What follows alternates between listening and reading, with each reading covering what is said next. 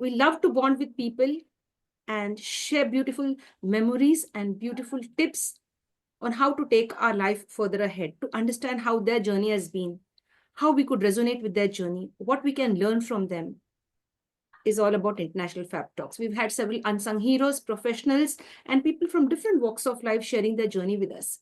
Today, we are happy and proud to have the special presence of a beautiful soul, a beautiful personality, warm, gentle, and down to earth. She's none other than Candice Singh, joining us all the way from Bengaluru, Karnataka. She is the proud founder and head designer of Willow and Wicker. Let's get to know more about her journey. Who is Candice Singh, and why has she chosen the journey of interior designing? We'll get to know more all about it. Let me put that right. We'll get to know more about it in this session. And dear friends, she has a great love for horses. And I too love horses, but I'm scared a bit. Let's get to know how her passion for horses began and what is it that she has learned and how does she connect with the horses and how does she connect with her workers as well, her employees and the people around her. How can one become an interior designer? How can one collaborate with her for various aspects that you would love to connect with her with regarding her professional journey or professional expertise, to put that in the right way. So join us to welcome our celebrity guest. She's none other than Candice Singh. Join us, dear. Hello, ma'am, and welcome to the session. Thank you so much, Candice, for being here with us. It's a pleasure to have you here. Thank you so much, Andrea. It's a pleasure to be here as well. And very excited to share my journey with you all. And I'm hoping that people watching will be able to get an inspiration from things that I have, put forward with my work and things that I do on a daily basis. Yeah, thank you, ma'am. Thank you so much for accepting the invitation to the Fab Talks. Thank you very much. We like the way you speak. We like the gentleness in you. Thanks. So that's something special. Many of us can't, capture that softness at the same time, be very stern and have one soft thing. It's like, to put that right, is like from the outside you're soft and from the inside you're tough. Like, you have been through a lot of ups and downs, if I'm not mistaken. We all do go through that. So let's get to know how was your journey in spite of all the ups and downs in our journey. You still have a wonderful smile. You have a softness towards you. You know how to treat people. When people connect with you, you don't cut them off. You know how to take them to the next level and speak to them politely. That's really nice. We have to learn certain things and skills from various guests who are here on the show. And today, let's get to know what we are going to learn from Candice ma'am. She is a wonderful person, as I earlier mentioned, wonderful in communication, interior designing, and of course, a great human being.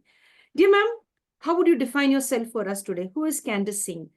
As of today, with all the experiences you've had, how would you like to share your journey with us? Over to you. Thank you, Andrea. So I think for me, I'm somebody who is actually quite hard to please, but very easy to love. I think that kind of, resonates with everything that I do. I do take time with things. I do take time to get to know people. But when people do get to know me, then there's a very different side to me that they really see. And I think that really encapsulates the person that I am. Yeah. Yes, dear. Would like to add something more? Yeah, I could tell you a little bit about how I started Willow and Wicker. So this was a company that I started in 2017. It was really out of passion that I started it. I was never a trained interior designer, never went to interior design school or college. Um, and I've always been, drawn towards design. So I initially, when I was working with Hewlett Packard as a business analyst initially, I did try and think, maybe it's time that I start something on my own, but never really had the urge or the push to do it. And finally, one day I decided to just pack up and say that this is it. I have to do it. Take a risk. It's all right to make a mistake. If it works, it works. If it doesn't, it doesn't. But just go forward and just do it. So I did. I actually then quit my job. I was working on a house that was my own. So I took it up as a passion project, got down to every nitty-gritty of, how design structure happens, talking to carpenters, understanding about material and all of it. And then eventually I did understand the process of how things are done. So when the house was finished, I had a lot of people in my community who wanted to come see the house to get ideas of, because they all heard that the house has come out really well. And believe it or not, I got a project in a month's time. And that's how I slowly grew and grew. And it was really word of mouth. And I've treated every project like my own. I've had the liberty to design. People who I've worked with as clients were very trusting, and they did like a lot of, the design concepts that I came up with. And of course, it was a journey. Like there were ups and downs through it because I was, like I said, never a trained interior designer. So, but the good thing that I did do was to spend a lot of time with the carpenters, spend a lot of time on site and see what's really happening, even to the point of procuring material, understanding costs and seeing what competitors are doing in the market. So all of it has really brought it down to where I am today as an interior designer. And I think now I can go back and say that, if something is not working right on a project, then the first person they call is not the project manager anymore. They would call me first because they know that guidance and, coming from experience would actually be a lot more, um, giving them a lot, a better solution at that time. So I think I'm glad that I took that step. If I look back today on, how I started in 2017, and I look back today, I can really proudly say that I have come a long way, but it has been a beautiful journey throughout. Yes, dear. Thank you so much for sharing that, ma'am. Thank you very much. You are a risk taker, as I I understand. That's really nice. love taking risks. Yes. Yes, dear. Ma'am, you have a great passion with horses. Yes. You're a good horse rider as well, as far as I know. I've seen you very close, being attached to the horses. Like, what is it and how did you develop this passion? Because many of them don't get an opportunity as you got. So, when did this begin? Right from your childhood, or is it at the later stage in your life? So, yes, I can tell you a little bit about how I actually started this. It was never something I intended to do intentionally. I did have a love for horses, but like you rightly said, it was always a fear of, am I going to be able to ride a huge animal and control the animal? And of course, the fear of falling is the other thing. So, I have two daughters, okay? One is 16, one is 11. My 11-year-old had decided that she was very interested in riding horses. So we started her with riding. And I used to go with her almost every class. And her coach would encourage me and said, "Ma'am, if you're coming for class, why can't you just come and start riding?" And I said, "No, I really don't want to ride right now." But it took a good period of time for me to finally, like I said, just take a risk. And sometimes it really gets you out of your comfort zone to think, let's just try, at least try it once. And if it doesn't work, then it's all right. Right. But at least I know I've tried. So one fine day, I just woke up in the morning. And when I was taking my daughter for her session, I said, okay, I'm just going to go just ride, because anyway, there were people to control and help you manage. But the funny thing is, the first class on, I was so hooked and I fell in love with the whole riding and the horses and everything. And I think I've become more consistent in going for classes than my younger one. And there was a genuine connection that I built with all of the horses that I've ridden. I think it's a very soulful connection. I think when you connect with an animal, you do really feel the sense of understanding what it is to have a soul connection with somebody. You don't, I wouldn't say that you could connect in that way with another human being. Connecting with an animal is on a very different level. And with horses, because of their aura that they have around them, I was able to actually break free from my fear of, falling off a horse. And I have fallen off a horse, but it didn't stop me from going back the next day. So also it did help me realize that in life, when you make a decision to do something and you're not able to achieve, or you may fail, or you may not do as well as you intended to, it's okay to get back on and keep striving. And I can say today I have become a better rider than I started off with. So that's how the whole passion of horses started. Excellent. I was just imagining you on a horse. Yeah. Yes, dear. I will send you a video of that someday. Yes, dear. Ma'am, what are the names of the horses, if you could just share, like the one that you're very close and attached to? Because animals are very therapeutic, and especially a horse, as you mentioned, the aura and all of that, it really has a soothing effect on us and our personality. Yes. So I'd like to know, like, the name of those horses, how many horses you're, I mean, having a close bond or soul connection with them. I did. So there was one horse that actually was a really good jumping horse that I sat on, and I was a little nervous initially, but the horse was very calm, and I realized that my fear is shouldn't be projected onto the horse, and because most of the cases that does happen. So this horse, um, the name of the horse was Strada, and I do love riding her because she is a very calm horse. And she's one. And then I've also ridden another horse called Cool Nature. By the name, you'd understand that that horse is actually very calm and collected, doesn't throw you off. And then I've ridden quite a few. I've even ridden a horse that was blind in one eye, which I didn't know till my class was over, but it did teach me a lot of how to, handle and move the horse around because of the one eye. Uh, that horse was, I think, Yamuna. So I think these are the three of my favorite horses that I usually like riding on. In fact, the coming week, I'm going to be riding on Cool Nature. Yeah. Yes, dear, that's really nice. Thank you for sharing all of that with us. Thank you so much. Candice, I'd love to ask you, being a woman, have you faced anything like unpleasant? Because we all women do face something or the other in our lives, like something unpleasant as we are growing, especially during the teen years, or maybe as young children below the age of 13 too. We might have faced something. Have you faced anything like that? And if you're okay with sharing it, or have you seen somebody else facing it and you were a spectator, you have or heard something like that, something unpleasant that you'd love to share Yeah, and create awareness? when I think about unpleasant when I was growing up as a younger girl, yes, there were times when I think in a very male-dominated situation, you do tend to face a lot of,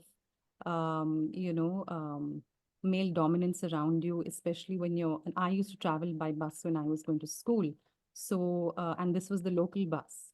So, yes, we did have issues on the bus sometimes when, men would come and try and grope and, make it uncomfortable for you in the bus. But I think being an only child that I was, I think I've learned to kind of brave through these situations.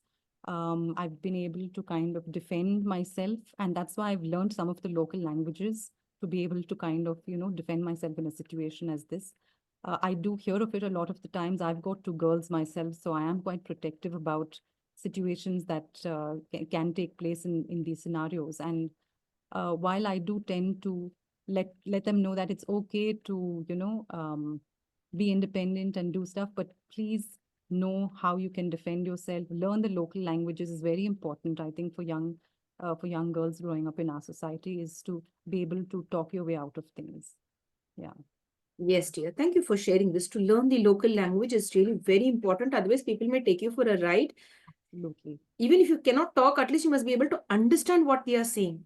That's also very important. You're right. Yes. Yes, dear. Dear ma'am, you're a wonderful mother as well. You're a proud mother of two daughters. What has motherhood taught you? I think motherhood has really given me a lot of patience. I think it's taught me to be absolutely patient, understanding of a situation, know that, people come with different skill sets. And I think I've been able to, as a mother, actually apply a lot of those skills at work. When it comes to knowing who's good at what and who can take on what task, be encouraging, even if somebody's done something small, be encouraging about it and be patient throughout, just allow people to grow. I think understanding it from a mother's point of view of having kids grow up in front of you and constantly having to be mentored and monitored and make mistakes, and we just allow it to happen sometimes. But yes, it is all part of their growth. I think we made mistakes when we were kids, so I try and put myself in those situations and make sure that it's all balanced with them. Yes. Are you a strict mom? Actually, I no, I'm not a strict mom at all. I know my kids wouldn't agree with that, but I know a lot of parents who've told me that you need to be a stricter mom. And I have honestly allowed the freedom of my kids being able to come and talk to me about anything and everything. And I think things that a lot of parents don't know that are happening in schools and with their kids' lives, I'm very proud to say that I actually do with both my kids. I think they're very, very open with me about everything. And I honestly feel that if I'm giving them the environment to be able to feel free to come and talk about something, then they're going to feel that there is always somebody there to back them. Of course, their friends would be there, but in a situation when, a mother is needed at that point, I don't want my kid to be scared about thinking, should I be telling mom this and I should not be telling her that? So I think I've given them that liberty and environment without being too judgmental about things. Advice would come from a mother's point of view, but I wouldn't really reprimand. So I don't think I'm very strict. That's really nice. As you mentioned this word judgmental, we as parents are sometimes very judgmental, and I think we shouldn't do that. Only then our children will come up to us and share Yeah. everything, like what they have to share, they will, instead of hiding things. Because when I was a teenager, I never used to reveal many things. I used to keep quiet. I was scared because they would judge me. They would just say something or the other, I'd like to know about your journey as a young girl, like maybe if you have any beautiful memories about your childhood. Were you attached to your mom or dad? Who were you very close to? Yeah, I would say more my mom because my dad was not really here. He used to work out of the country, just come back on vacation. But I think over a time period, whenever my dad was here on vacation, I've spent a lot of time with him. And I think my fondest memories with him was where he used to take me fishing. I've even actually learned to fish using a fishing rod. I've even learned to hunt using a rifle. So even to be able to load a rifle with pellets and shoot is all what my dad taught me. And I also have this BMX bike. Back in the 80s, there was a bike that had no brakes on the handles. I think I was one of the first few kids who had one of those bikes. So I used to go all over my area with the bike. And I was more tomboyish, actually, if I come to think of it now. I wasn't really the one sitting and playing with a dollhouse or, with cooking utensils. I was always out doing stuff with my neighbors and playing cricket and all of it. Yeah. So I think that was my fondest memory with when my dad used to come and take me fishing and hunting. Yes, dear. We'd love to know about your school. Like what kind of a girl were you in school? Were you very studious, or you were just an average student? Were you mischievous? Were you talkative, or very calm and quiet? I think I came with all of it that you've mentioned. I was studious when it required for me to be that way. I was mischievous as well, but I was also very good at sport. So I think I played a lot of sport in school. Hockey was one of the sports that I played. Athletics. So I was always participating in all of those sports activities. Even for the Bangalore Sports Association, I did run where it was an inter-school kind of a competition.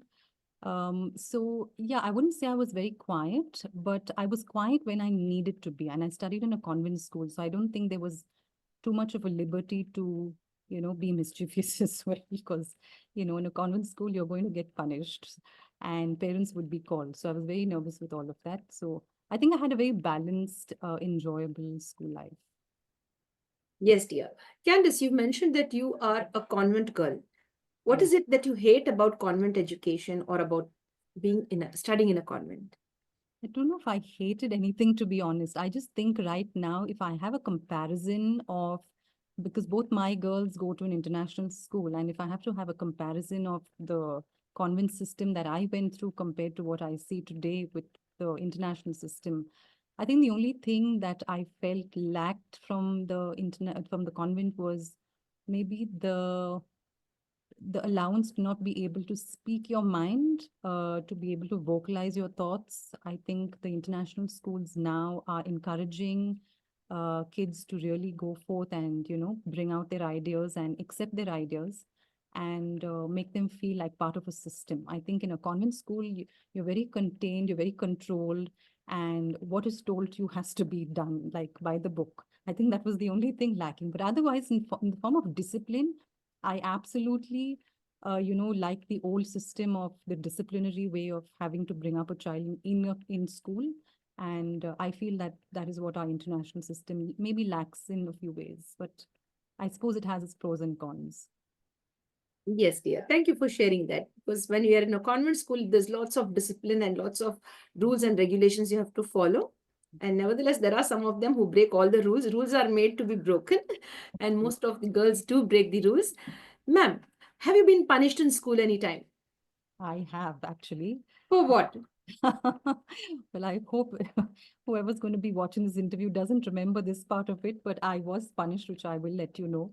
So there was this one time when I had a physics teacher who was a gentleman who was taking a session for us, and I was actually encouraged by one of my partners sitting next to me, my classmate sitting, and said that why don't you put some ink on him with a syringe?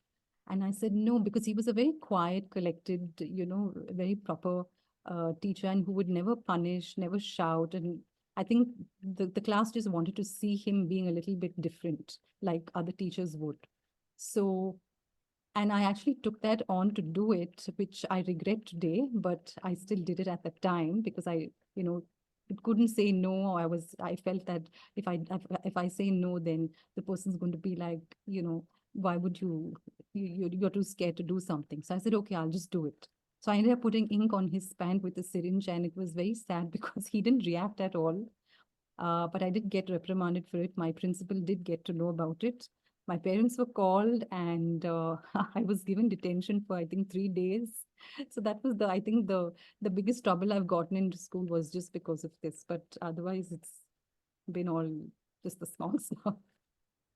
Yes, dear. Thank you for sharing that. Thank you very much. Are you still connected with your schoolmates, classmates? I do, yes. I think we do at least catch up maybe even once a year if we have to, but we do connect over a call or a message or birthdays. Yeah, so we still have connects with them. Yes, dear ma'am. Now, ma'am, we'd love to know about Willow and Wicca. Can you just elaborate more and tell us about it? How people can connect with you, and what are your working timings? Is it like 24/7? You have someone to, connect and to reply to the clients, or do you have a specific timing? And where is your office located, and what is it? If you can take us deeper into your professional expertise. Sure. So for me, Willow and Wicker has been, like I said, really, started as a passion project. I do like working with people who genuinely have a passion for design. I'm not a desk designer where, I sit design and have execution done by somebody else. And I enjoy the fact that everybody gets involved in the process uh, of of the design. So whether it's the carpenters, the painters, whether it's another designer who is working with me, we all sit together and decide on what is going to actually be the best solution for the customer at the end of the day. It is not just me making the final decision here.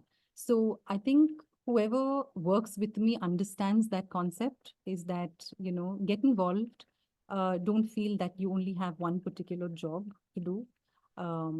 Explore your avenues of knowing that you may be a carpenter, but you also have ideas about what you'd like to throw out, then go ahead and do it. So I'm very open to people coming forward and giving me inputs in terms of design and what they think is best. And I think a collaborative effort is always required. And I love that about working with the team is the collaboration of the whole thing. Even the customers get involved with all of it. So at the end of the day, the project becomes very wholesome because it's gone through a journey, and the journey is with everybody, has put their fingers into the project. I think I don't have an office where I work from right now because most of my projects are on site. Like I said, I don't sit behind a desk. I'm always on site. Even the project manager is there, but I still like to go and kind of manage things to see how everything is happening, just to make sure all of it is, going according to plan. So I think if anybody wants to work with Willow and Wicker, yes, I would love to have people who are genuinely passionate about design because we take on residential and commercial projects as well. And if somebody's, wanting to come forward and yeah, I would be more than happy to work with somebody who comes with that kind of a background. Again, I don't even need the person to have a formal education behind them to back them up because like I said, I've come through that journey of learning, and I'm very open to have people who would like to just learn through their career with me as well. So Yes, dear. Thank you for sharing all of that. Thank you very much. How supportive was your family and your friends as well? Let's put both of them in the circle. yes, I think I've had extreme support from all angles when I think about how I've started on this journey. I think everybody at home was very supportive, from my kids to my husband to my mom and dad, to even the maids working in the house. You know, they helped me organize things, make sure everything was done in order, get things organized for me in the house, so I didn't have to worry about things in the house. And that's how I was able to really just get out there, because being a woman in this industry is actually quite um, a lot to take on, because you most of the people you're dealing with is men. And again, it's not like the corporate mentality of men where everything is, very defined and diplomatic. Here, you're going to be dealing with a lot of cutthroat competition. There's going to be a lot of people, not going according to what you want to do. So, and I was the only sole person because I do not have a business partner, and I'm the only one running the business. So yes, there were times when I would come late at night. Sometimes if I had a commercial project, I would start at 10 in the night, come back at 6 in the morning, 7 in the morning at times. And when I came back, everything was in order at home. So I knew that, whatever is being managed is just being done really well. And it really helped me through this journey. So I think having a good support system, even with friends, I think they were very encouraging with, me taking this step forward, and very encouraging when I used to get a project. They would be very happy for me. So I think through that whole period of time, having, at least one or two people really back you up in these situations when you want to really start out on your own. Again, I say it's never too late to start, it doesn't matter what age you are at. But if you really feel that you can do something and make a difference for you and for your community, then just go ahead and do it. So I think that way I've been very lucky. Yes, dear, that's really nice. Thank you for sharing that, ma'am. As you mentioned, you had supportive people around you, family and friends, and of course, even when you were quite late to return back home, everything was in place. You mentioned all of that. That's really nice.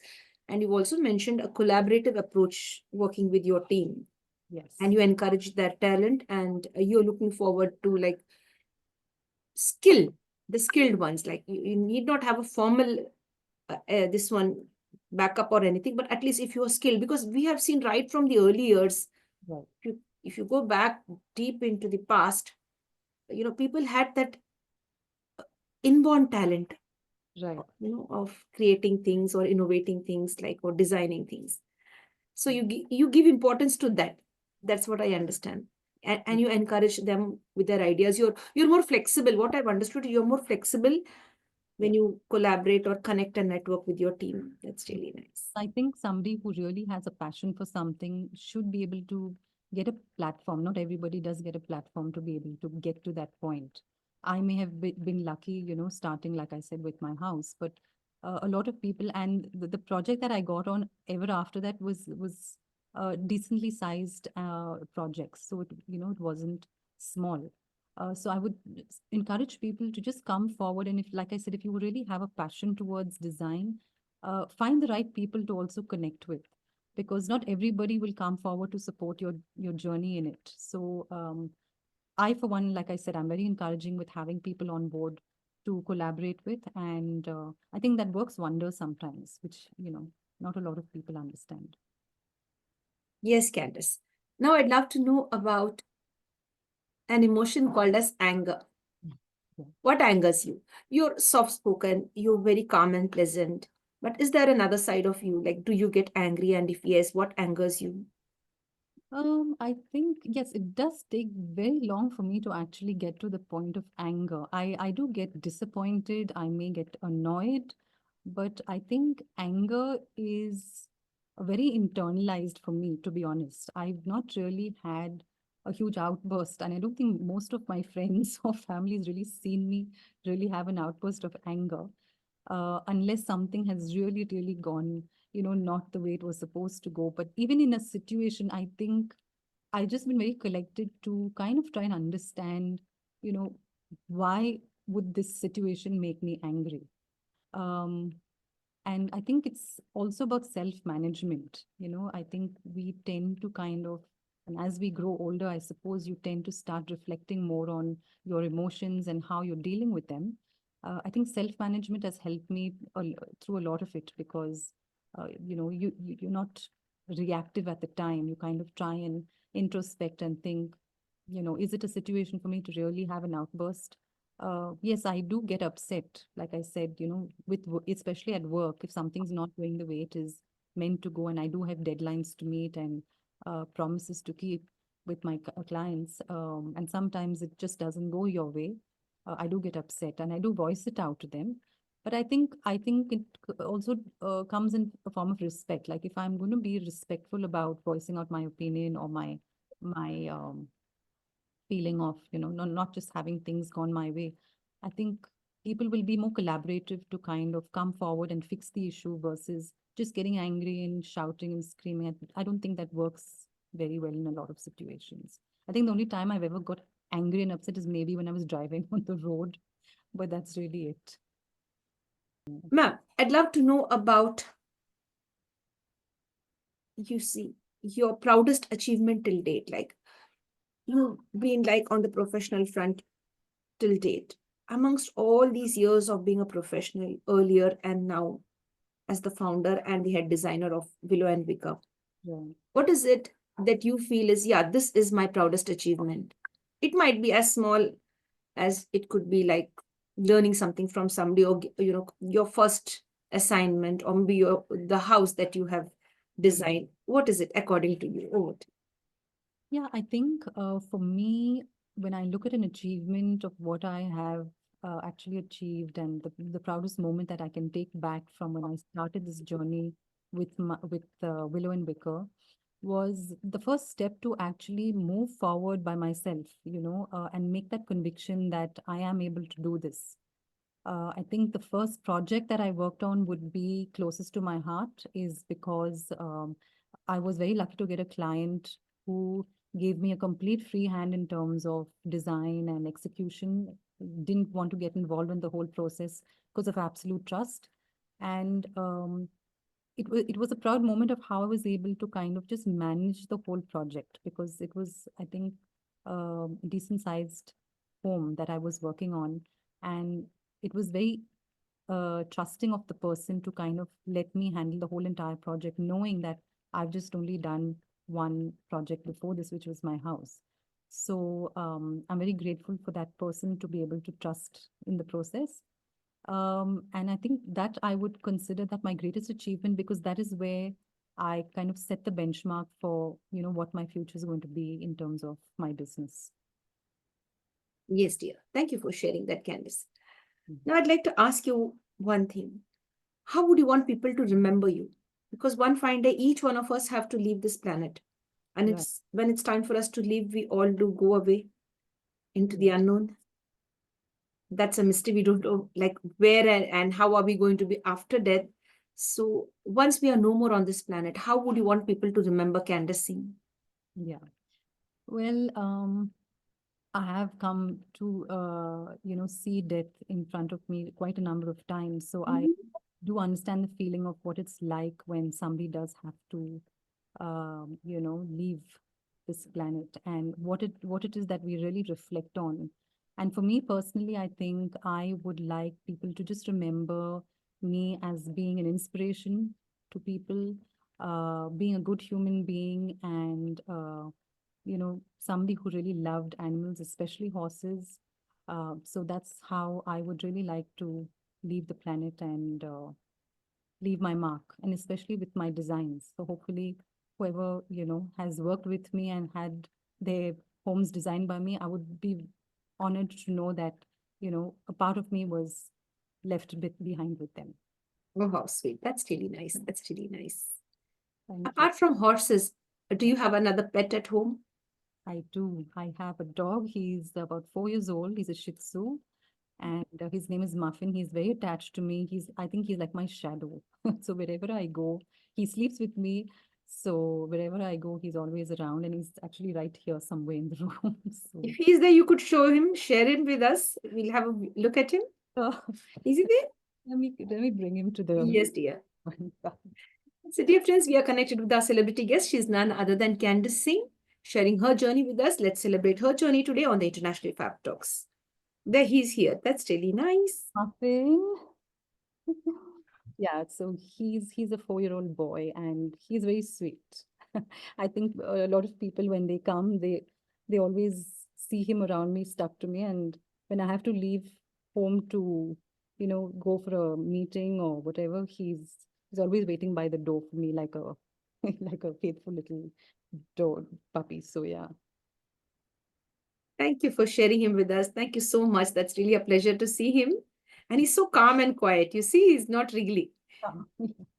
He's very calm and quiet. And he's always just, that's, I suppose, the nature around him, the environment around him is also kind of, you know, rubbed off onto his personality. Yes, dear. Thank you for sharing that. Now, what I'd like to ask you is, do you love even plants? Do you have an indoor garden? I mean, to say, indoor planting system, or maybe have a little garden outside? I do have a little garden outside, and I'd love to spend more time actually cultivating, and spending more time doing it by myself. I do have a gardener currently because the only reason, because of time constraints, but I do love greenery around me. I have a few plants in the house, and I think it's a very calming, peaceful element to have, especially, you know, and in any room for that matter of fact. I think the connection to nature, whether inside or outside, is pivotal for your peace of mind. Yes, dear. Thank you, ma'am, for sharing that. Now we'll talk about colors. You being the head designer and connected with interior designing and all of that, colors play a very important part. Yeah. And I feel that you are very, I mean, that's what I assume it to be, that you are very selective in your colors, maybe, and you select like very, or pastel colors, if I'm not mistaken. I don't know. I'm just guessing all of that. I would like you to share about your journey with colors as a professional. Over to you. All right. Yeah, I think colors, like you rightly said, it plays a very important part of design, but it also actually generates a lot of feelings, when you are surrounded by a certain color. I think a lot of feelings are connected with it, and that's where we decide what color goes into what element of design as well. I think personally for me, my colors that I really lean towards or choose is, like you said, very light shades. I do like to stay that way, but it also is because I think of my state of mind at the time.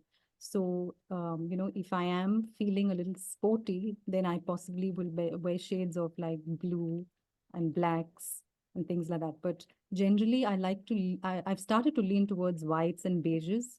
Again, it's because of my state of mind. I just right now want to surround myself with calmness and peace. And I think it speaks a lot about when you portray yourself in a certain color scheme. It does also help the other person understand the person that you are and, what you're feeling at the time.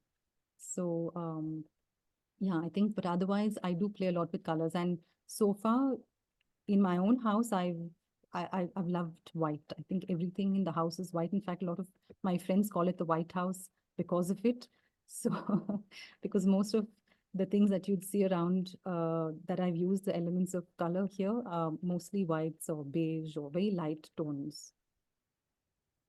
Yes, dear. Thank you for sharing all of that. Thank you, dear. We'd love to know your favorite quotation. Each one of us have a favorite. I mean, for me, like if I read something now today, I feel this is the favorite one. Then again, I keep scrolling. I find another one. I think, oh, this is also much better than that. So for me, I'm not able to zero in on one quotation in life, or the quotes that we get, maybe a good morning message or maybe a nice quotation. If you have any specific one which you like to share with us. Yeah, I don't think I've really had any specific one. Like I said, for me, it's in the moment of the situation that I'm feeling. I may, like you, I would possibly read through a quotation and it may have an effect momentarily for me.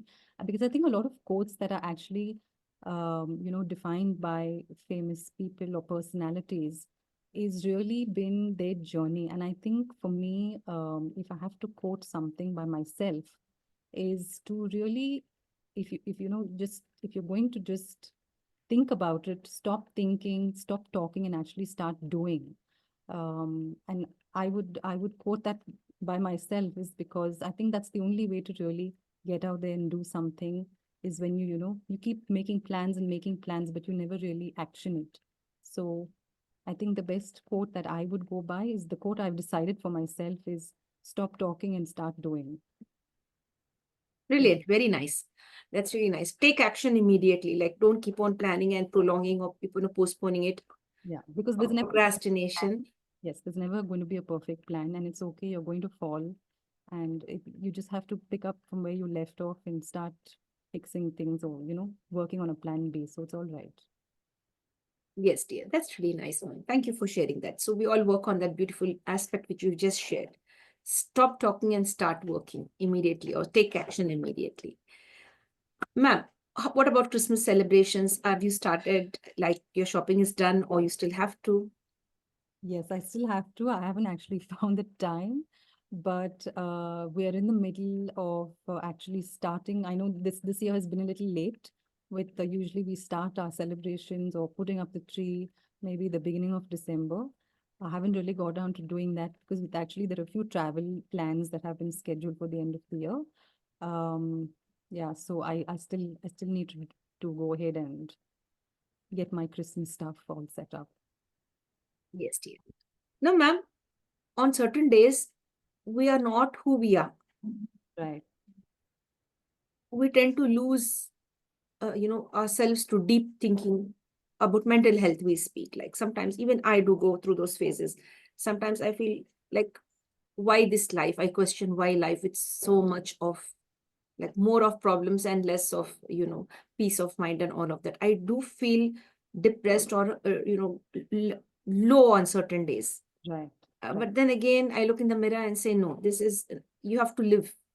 You just cannot just go down like that. You have to do something no matter what. Just keep going, push yourself. What is to happen will happen Yeah, for the better. But don't give up. Just don't give up. Try and try. I want you to share with me, from where do you get your strength if you are in this phase of feeling low? So where do you get your strength to rise back and to fight back and to, you know, face another day? Yeah, I think first of all, I don't put that pressure on myself because I think we are human at the end of the day. We are all going to go through those low days. I think putting that pressure on yourself is the first thing you people need to stop doing, is that if you're feeling low, take time out and actually allow yourself to feel like that for that day. But I think the next day, you have to try and reflect on what it is that you're working towards. I think if you have a goal set in mind, right, or if you have a dream that you want to achieve or a task that you want to finish, I think, make sure that no matter what you're going through, there's always going to be time to worry. I tell everybody that, and I tell my kids that you'll always have time to worry. But finish the task, get it done, get it out of the way, and then you can sit and think about what's really troubling you, how to fix it, what to do, because your worries are never going to leave us. I think we're always going to get down that path where we are going to go through phases of up and down. And even if you're doing something absolutely, something that you love or something passionate, you're still going to go through those phases. Like with my riding, also, I may not have a great session on a given day when I'm riding. I've fallen from a horse, or the horse just wouldn't connect with me on a certain day, and I would, feel not so great about it. But it's not about that. I think it's about understanding that there has to be a balance as well, and everything and every day can't be perfect, and it's okay to keep going through these ups and downs, but just do what you have to do and then take whatever time you need to think of how to fix things or why this is not happening, and you have all the time to sit and think, but you would not get the time to actually action and do, because once that time is gone, it's gone.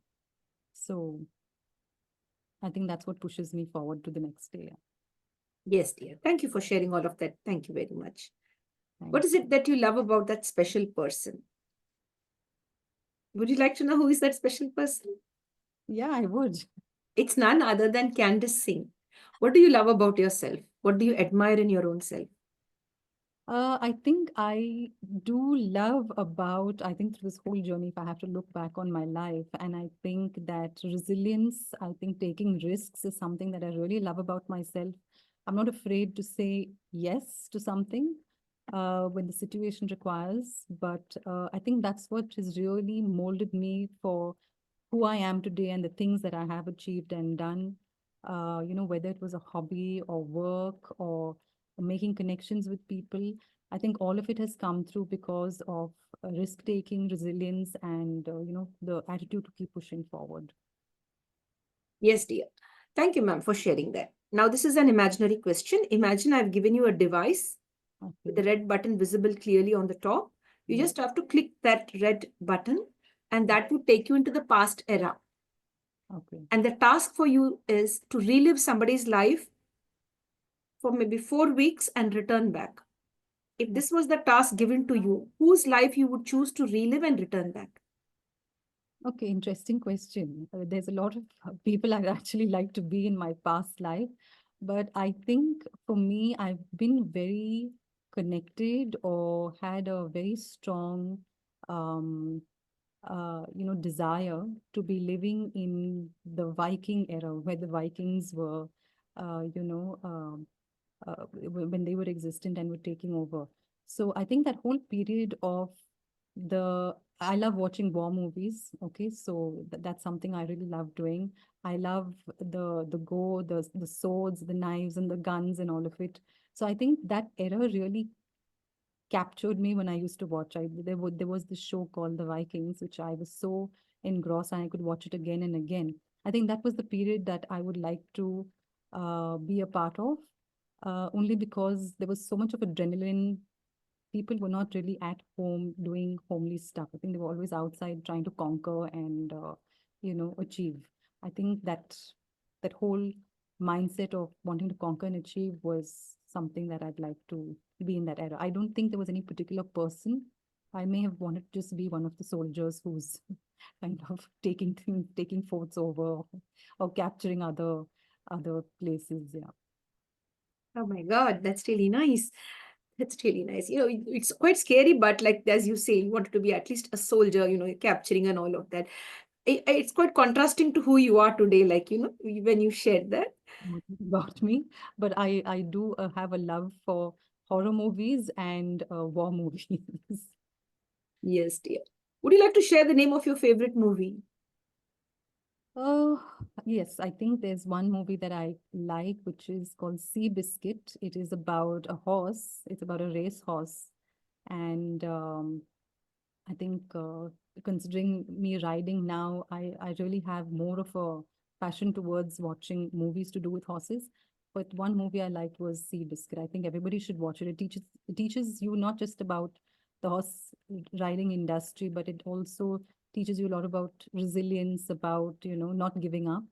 And it is a very good movie to watch. I think for kids, for adults, any age group. Yes, dear. Mm. Are you a good singer too? Please don't ask me to sing. I'm a bathroom singer. Yes, I don't think I've really sung in a public forum, but if I have to sing, it's really been for my kids, for my dog, or because I'm just bored. But there was no other time I really sang. You see, traveling. When you talk about traveling, what do you get to learn when you travel? Because you sometimes, as you said, you have to travel, you have to be on this site, like where the work is going on, or you have to really reach out to people or reach out to different type of organizations, etc., to learn and to get things done. To get things done, you have to travel, being a professional. Right. Now, what do you learn when you travel? What do you observe in people when you travel?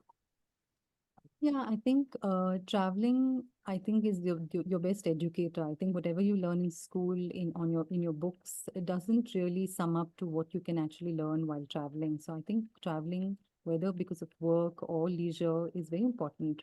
And I think in our current system right now, since things are being, so globalized and there is so much of collaborative businesses coming together. Travel is really important to really get to know people, their culture, their system, and how you can integrate into, each other's cultural backgrounds. And I think that really expands your knowledge. It expands your ideas on life because everybody's got different things to offer. And I think learning a lot about the historical you know, uh, facts about the place, about certain areas which may really give you inspiration. A lot of design inspirations have actually come from my travels as well. So I think for me, travel has been a very important aspect of my work. Yes, dear. Mm. Is Candace a good cook? I can cook. I'm a better baker than a cook. I love to bake actually. So yeah, but if I have to cook, I can cook. I don't cook every day, but it's only because of time constraints. But on the weekends, or maybe during festivals, I do attempt to try and do a little bit of cooking, but I love to bake. I do a lot of baking. What are you good at baking? I love making pies actually. Mince pies, apple pies, and I think my kids love it. So I know that I'm good at pies because they love it. So that's what I usually bake, and very quickly. I don't take too long in the kitchen. So if I find a recipe and I know it's quick to finish, then I'll take on the recipe to do. Yeah. Yes, dear. Thank you for sharing that. In contrast, I am really a pathetic baker. Till date, I haven't been able to bake a cake. Yeah, well, it's And not every so time hard. it's gone wrong. Every time something's wrong with it, either with the measurement or something or the other. So my sons, both of them, say, "Mom, if you're baking a cake, you're going to eat it yourself. Please don't force it down to our throat." Yeah, and that's the saying. If you have your cake, you can eat it too. So maybe that's what you'd be doing. Yes. Yes, dear. Now, ma'am, I'd like to come down to the next question. When you see things around you, you see something is not okay. There's some injustice going on. Yes. Like, how do you react? Do you stand up immediately and say something, or silently move away and don't cross that zone where you've seen that injustice happening? Or do you stand up and speak up? Or then how do you deal with things when they're not right? Yeah, I think I see injustice being done, especially in my industry, for a lot of us women. And I think, one voice may not make a huge difference, but I think collectively, when we talk about it and we're vocal about what it is, I think collectively we're able to come forward and, make a difference and stand by what we feel is right. And I think support in a community like ours should be encouraged because maybe one person may not be able to make a difference to the injustice that is being done. I think collectively you can. So like I said, it's always a collaborative effort with everything that you need to achieve. I think us women should also be able to do that and come together and stand up for what is we feel is being injustice done. Yeah. Yes, dear. Thank you for sharing your thoughts on that.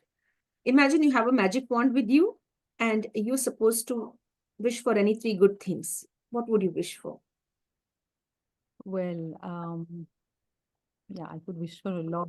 I think the three good things that I would wish for is people being more compassionate, number one, to animals. I think a lot of education, and while we vocalize it so much of how our ecosystem needs to be balanced with, having all of these animals around, I think a lot of us don't actually involve ourselves in the ecosystem. We're so self-centered about our own life and our own lifestyles that we do tend to forget other species around us. So that is a wish for me, is that one of it is where we can, wholesomely allow for that ecosystem to be balanced. And the second wish is, I think, for me to be able to holiday every year somewhere exotic, because I think with the amount of work that I put in, I think I deserve a vacation every year, which I don't usually take. I think there is no break that I take in the week. Sometimes I'm working Monday to Sunday. So I think a vacation every year would really help.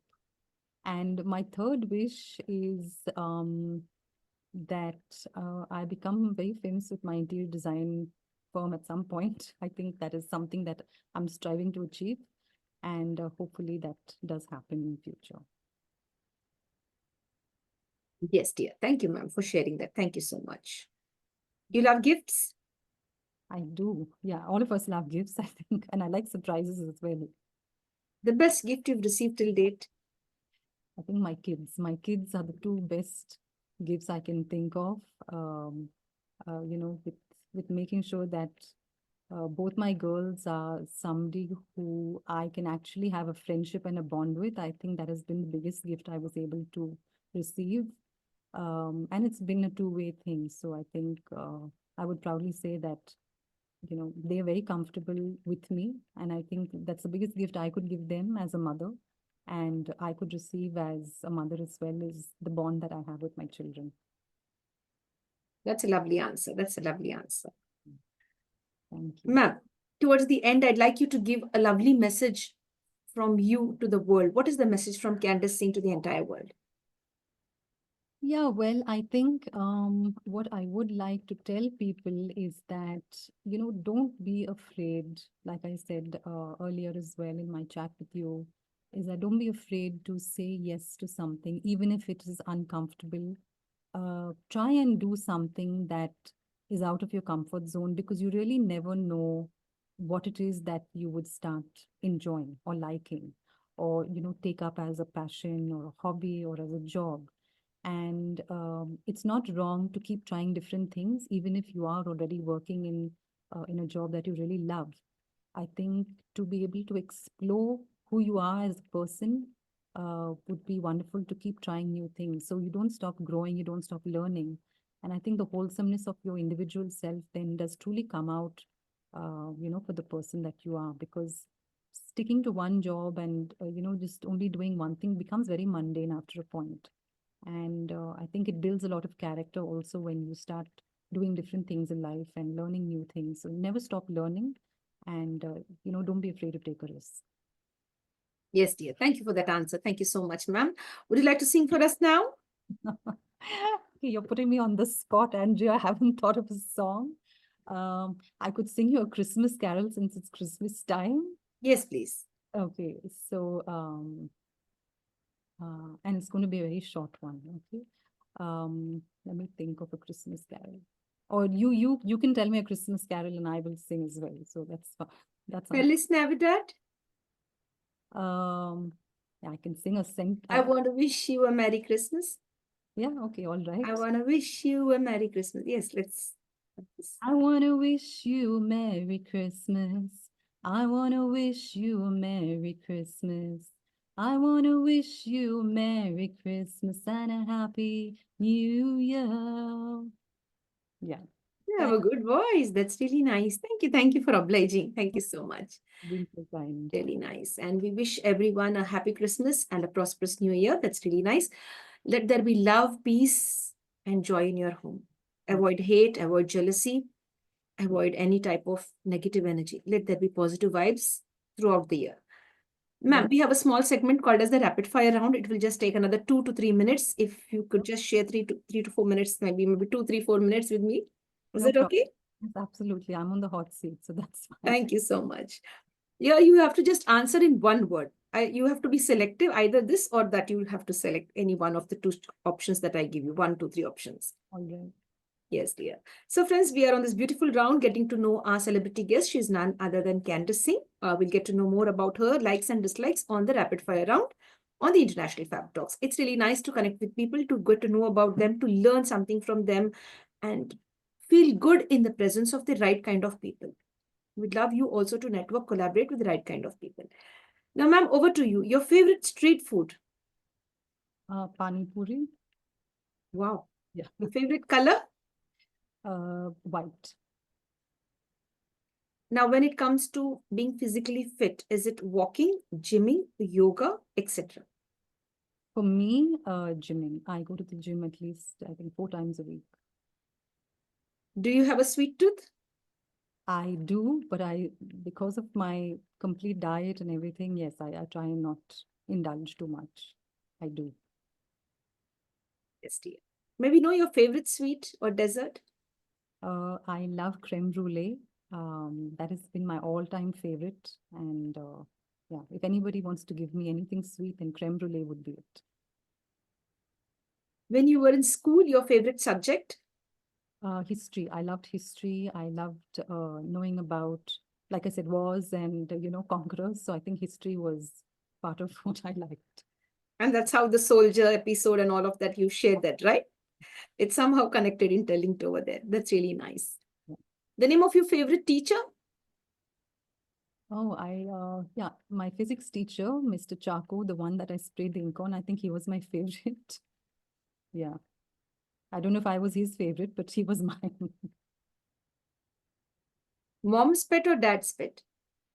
Oh, okay. I think I've been both parents' pet. I was the only child, so I think dad's pet when he used to come on vacation, and mom's pet then the rest of the year.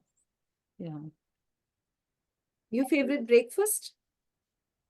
Breakfast, I love having oats with nuts and almond milk. I think that is my go-to breakfast. It packs me for the day, and especially when I have a busy day, I think that's the breakfast that lean towards to fill me up. Yeah.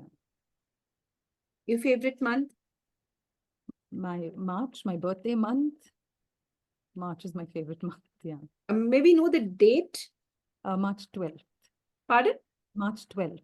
12th. March 12th. You're a Piscean, if Uh-huh. I'm not mistaken. Yes. Yes, dear. Now, is it comfort or style for Candace? Or Uh, both? I think both. Yes. I absolutely love having the fact that I can style comfortable clothing. And I think, it's very important as well for me to feel a certain way. So it's not just about comfort for me. I think comfort is in the house. I think when I go outside, it's style. Very fair and honest on that. I love that. That's really nice. Among all the 7 days, your favorite one? I think Mondays are my favorite. I know this is nobody's favorite, possibly, but Mondays are mine is because I think it charges me up for the rest of the week. I think my busiest days of the week for me in my profession is a Saturday and a Sunday. So I think Mondays is more, relaxed, collective, and reflecting on what went through the week and what has to be done for the coming week ahead. So Mondays it is, yeah. Yes, dear. We're all gifted with 24 hours, each one of us. How would you want to define the 24 hours gifted to you? Just in one word, how would you define the 24 hours that you would want for yourself and your family? I think productive. I think for me, 24 hours, when I look at productive, involvement of everything that I'm doing, whether it's cooking, whether it's reading to my kids or spending time, I think I'd want it to be productive at the end of the day. I want to go to sleep knowing that I was able to achieve certain things. And even if I wasn't able to, at least I tried. So, yeah, I think having a productive day for me, helps me sleep at night. Yes, ma'am. Now, ma'am, most of us we somewhere or the other come under these zones, which I just will share with you.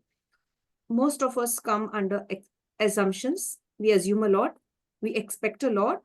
There's one another category like they don't expect anything, nothing, none. Either it is assume, expect, or none. Where are you in these three? Uh, I do have expectations. I am human at the end of the day. I wouldn't say there's none. I think everybody has an expectation at some point. Um, and yes, but I'm not unrealistic about those expectations. Like I said, if there is an expectation, it's not going according to how it needs to be or how I envisioned it. It's okay. So it isn't a bad thing, but it's not wrong to have expectations. It also helps you move forward. Yes, dear. Do you love socializing or me time? What would you prioritize? Me time. I love me time because I think that's the only time I can really take time off from a busy schedule, even spending time with the kids. I think all of us need to be able to be by ourselves and reflect. Socializing is good to a point when it comes to networking and meeting friends. But I think most of my friends know that space is very important to me, and I think me time is something that I would lean towards any day. Thank you, dear, for sharing that. Now, when you're all alone with nobody around you, your family members, your children, none of them, even your pet, nobody's around you. You're all alone sitting down in your room, and your mobile is also not fully charged.